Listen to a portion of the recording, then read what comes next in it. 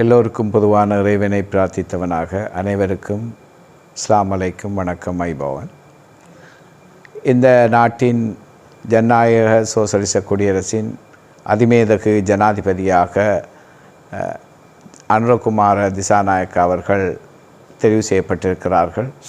எனவே அவருக்கு நான் முதலில் எனது முன்னாள் பாராளுமன்ற உறுப்பினர் என்ற வகையிலும் இந்த நாட்டின் பிரஜை என்ற வகையிலும் அவருக்கு எனது மனமார்ந்த வாழ்த்துக்களை இந்த நேரத்தில் தெரிவித்துக் கொள்கின்றேன்.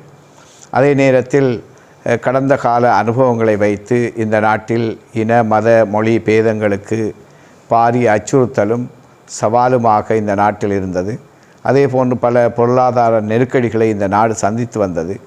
எனவே இவைகளுக்கு அப்பால் தன்னுடைய தேர்தல் மேடைகளில் பல வாக்குறுதிகளை எமது தற்போதைய ஜனாதிபதி அளித்திருந்தாலும் கூட இந்த நாட்டின் தேவையாக இருக்கின்ற இன நல்லுறவுக்கு முக்கியத்துவப்படுத்துவதோடு இந்த நாட்டின் பொருளாதாரத்தை கட்டி எழுப்புவதற்கும் அதே போன்று நாட்டில் நீதியை நிலைநாட்டுவதற்கும் அவர் மிகவும் முழுமூச்சாக உழைப்பார் என்ற அந்த நம்பிக்கை இருக்கிறது.